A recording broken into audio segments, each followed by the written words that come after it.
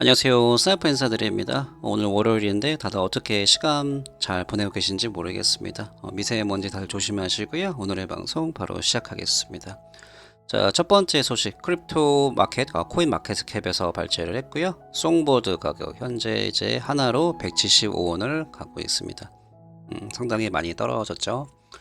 그래서 제가 몇 번 이제 송보드 가격의 거품 이야기 말씀드렸고요. 제가 200원대부터 들어간다 그랬는데 조금 더 떨어졌습니다. 그래서 175원대인데 이제 지금 이 가격이 저는 그렇게 나쁘지 않다고 봐요. 왜냐면은 최대가 631원대였잖아요. 그럼 다시 이게 올라갈 확률이 있는 건데 지금 현재 굉장히 많이 떨어서 175원. 그래서 175원에서 중간까지만 가도 350원대면은 이게 수익이 2배가 될 수 있잖아요. 그리고 델리게이션으로 해칭을 할 수 있기 때문에 나중에 여기서 2배만 가도 100%다. 이제 해서 그렇기 때문에 이제 수익이 괜찮기 때문에, 그래서 지금 송보드를 좋게 보시는 분들은 예상하는 가격이 3,000원에서 5,000원까지 이렇게 보고 있습니다.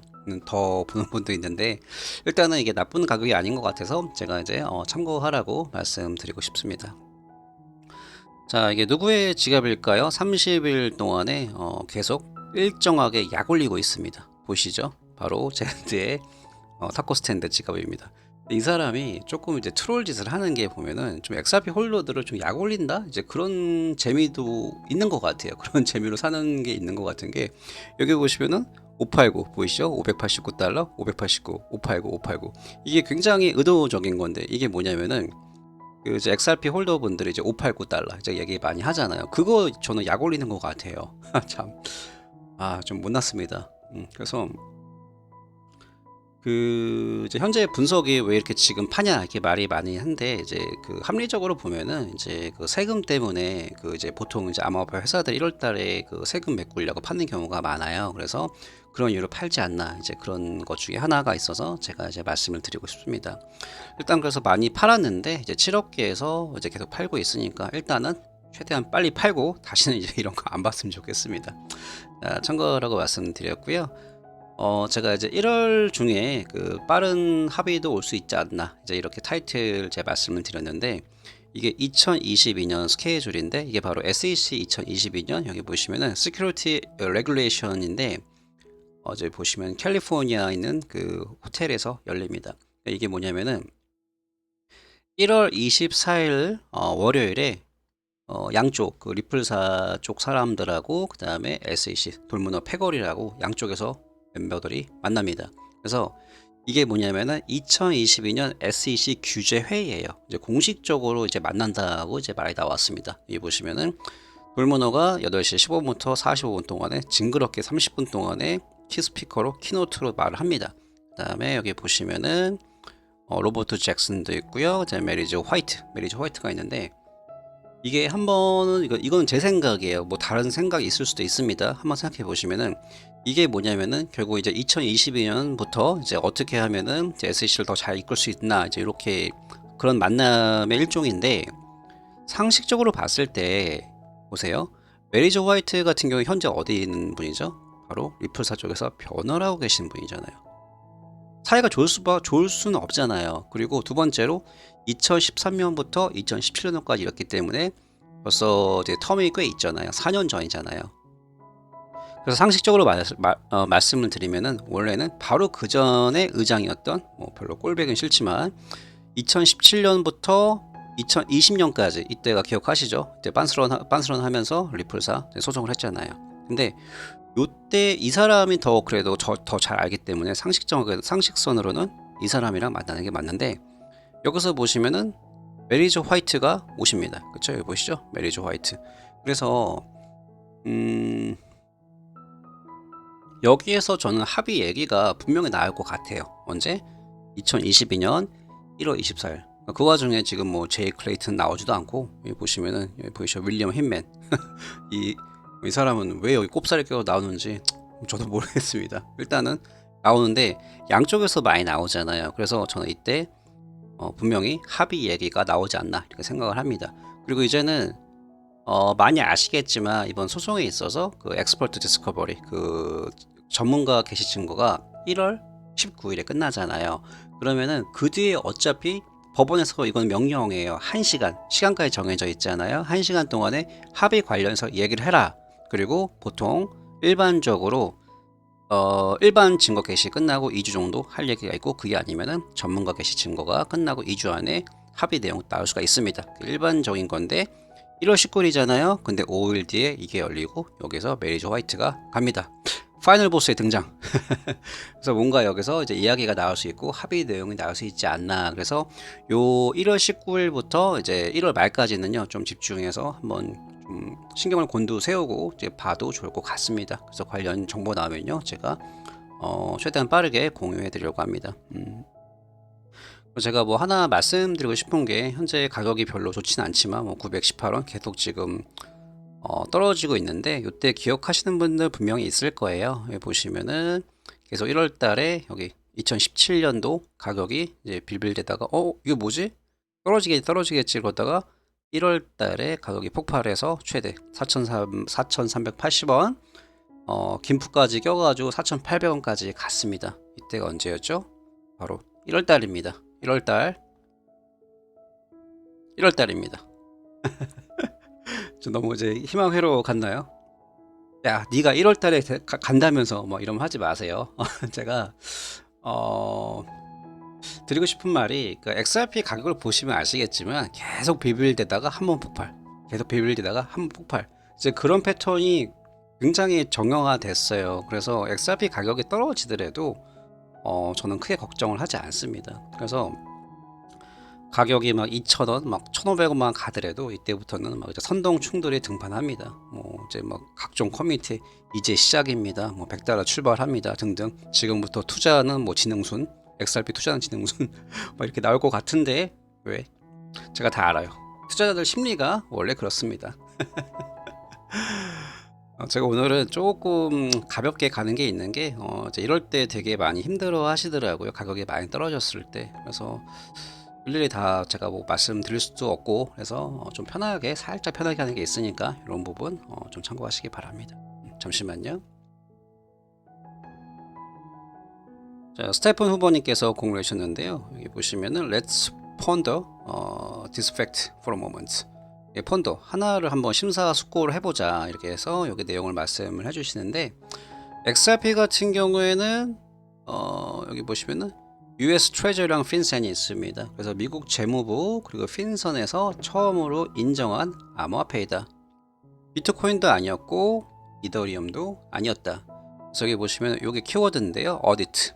그래서 이 소송 자체는 그 이제 앞으로 XRP와 리플이 전 세계 무대에서 움직이기 전에 대한 감사이다. 감사, 이제 이렇게 말하고 있는데, 어떻게 생각하시나요? 그래서 어떤 면에 보면서는 이제 맞는 것 같아요. 그래서 이 사람이 전하는 메시지가 뭐냐면은, 요건 팩트가 맞잖아요. 미국 재무부랑 이제 핀센에서 인정을 받은 그 이제 암호화폐인데, 저는 XRP가 앞으로 좀 시간이 걸리겠지만 이제 그 세계의 미래 그 파이낸셜 송금 시스템에 있어서 키플레이어가 된다고 저는 생각을 하고 있습니다. 그래서 이제 SEC가 소송을 이제 무리하게 리플한테 건 이유는 제가 많이 말씀드렸지만, 첫 번째로 이제 기존 금융 세력들의 견제였습니다. 그 팀 드레이퍼랑 그때 돌문어랑 막 얘기하는 거 봤잖아요. 인터뷰 기억하시는 분 분명 있을 거라고 봅니다. 그리고 좋은 게 있다면은, 지금 SEC가 소송을 함으로 있어서 리플사가 항상 얘기했잖아, 브래드 갈링하우스가 명확한 규제, absolute certainty가 없으면은 합의 안 한다. 당연한 거예요.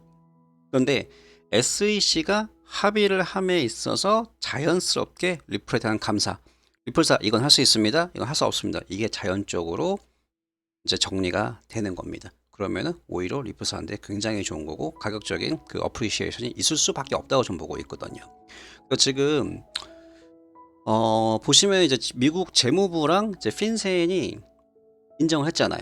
그리고 이제 SEC까지 인정하면은 리플사는 사실상 아무도 태클을 걸 수가 없어요. 왜? 지금 현재 전 세계에서 리플사한테 태클을 건 거는 SEC가 유일했거든요. 다른 데는 더 좋아요. 어차피 그 태클이 없으면. 그러니까 SEC가 굉장히 안 좋은 존재였잖아요, 그동안에. 그래서 이렇게 된다면은 리플사가 안 그래도 미래가 밝았었는데, 비즈니스 애스펙트 그 측면으로 보면은 어마어마하다고 전 보고 있습니다. 왜? 다른 코인 회사는 아직은 불안 요소들이 많죠. 인정도 못 받고. 근데 리플은 아무런 거리낌이 없습니다. 이게 얼마나 큰 어드밴티지예요. 저는 그렇게 생각을 하고요. 잠시만요. 오늘의 저의 메뉴는 파스텔 우유입니다. 제가 스타일이 원래 좀 그런 게 있어요. 한동안 뭐 안 먹다가 딱 빠지면은 그것만 한동안 계속 먹어요. 그래서 좀 혼납니다. 요즘에 좀 빠진 게 파스텔 우유랑 야채 호빵이에요. 그래서 어저께 밤에 야채 호빵 주문해서 지금 한 박스가 제 옆에 있습니다. 기분이 매우 좋아요. 네, 헛소리 그만하고 이제 방송 계속 하겠습니다. 자, 그리고 여기 보시면은 이게 SEC에서 가지고 온데요. SEC랑 핀센이랑 그 Sign Information, Information Sharing Agreement, 그러니까 정보 공유 이제 그 사인을 했어요 서로. 이걸 왜 말씀드리냐면요.